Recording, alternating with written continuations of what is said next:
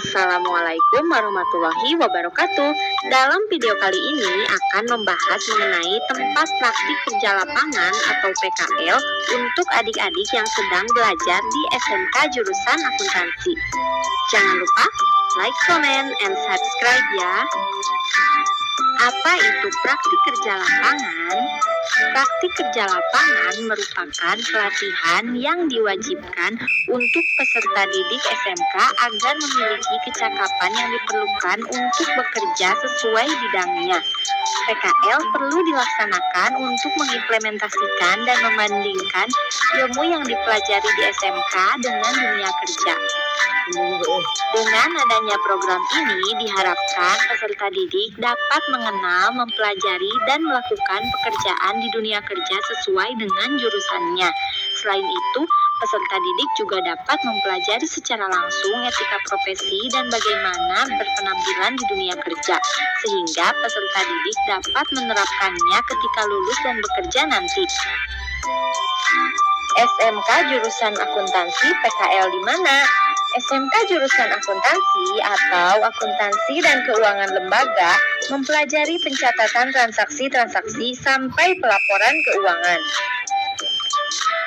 Adik-adik masih ingat bahwa di mana ada uang, di sana ada akuntansi.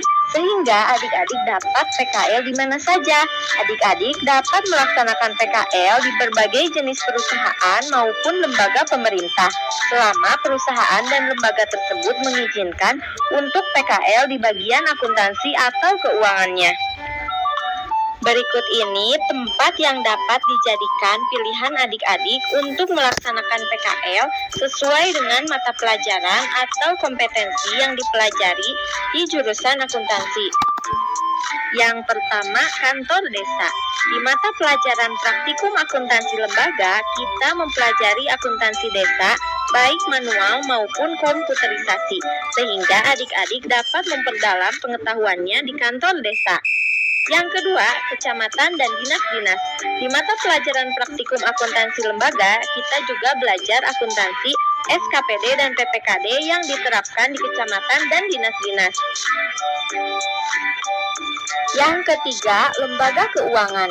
Adik-adik bisa PKL di lembaga keuangan seperti perbankan, pegadaian, perusahaan asuransi, leasing, OJK, dan lain-lain. Di sekolah, kita belajar perbankan dasar serta akuntansi utang piutang, sehingga lembaga keuangan bisa menjadi pilihan. Yang keempat, perusahaan jasa. Misalnya perusahaan transportasi, jasa pengiriman barang, rumah sakit, konsultan, dan lain-lain. Adik-adik dapat memperdalam akuntansi perusahaan jasa di perusahaan-perusahaan tersebut. Selanjutnya, perusahaan dagang. Adik-adik bisa memilih tempat PKL di perusahaan dagang, misalnya dealer mobil atau motor, swalayan, minimarket, grosir, dan lain-lain. Di perusahaan dagang, adik-adik akan menerapkan akuntansi perusahaan dagang, akuntansi utang piutang, serta pencatatan persediaan barang dagang. Kemudian, perusahaan manufaktur. Adik-adik dapat melaksanakan PKL di perusahaan manufaktur atau pabrik-pabrik. Di sana, adik-adik akan mempelajari penerapan akuntansi biaya, seperti menentukan harga pokok penjualan, pencatatan persediaan bahan baku maupun barang jadi. Yang ketujuh, kantor pajak. Adik-adik dapat memilih kantor pajak sebagai tempat PKL. Di kantor pajak, adik-adik dapat mempelajari penerapan mata pelajaran administrasi pajak.